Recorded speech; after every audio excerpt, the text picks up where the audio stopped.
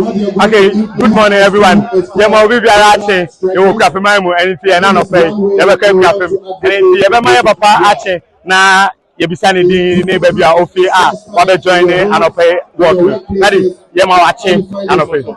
Yo, we Okuapemnews.com na anopay ye ne OkuapeHene anantil afi imensa abomode abedu every gardens. Anopay den na obetimi akafa work ho kakra ache.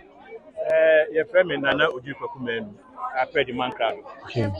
Now, OkuapeHene the vision of making sure say Okuapem is healthy. Okuapemman Hene and organizers are working.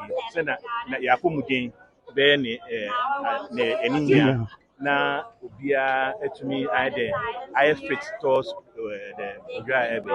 Go. Enti say me tini ya na che say OkuapeHene eni suade hu ni say Okuapemman nyina mrante ne maba nkokura obi biara na hoden ebesi pina sita no wetumi ne won nyina abomu eto odure ya ewo yen anim yo ye beda wase bebre na ye be say ababio ye da wase papa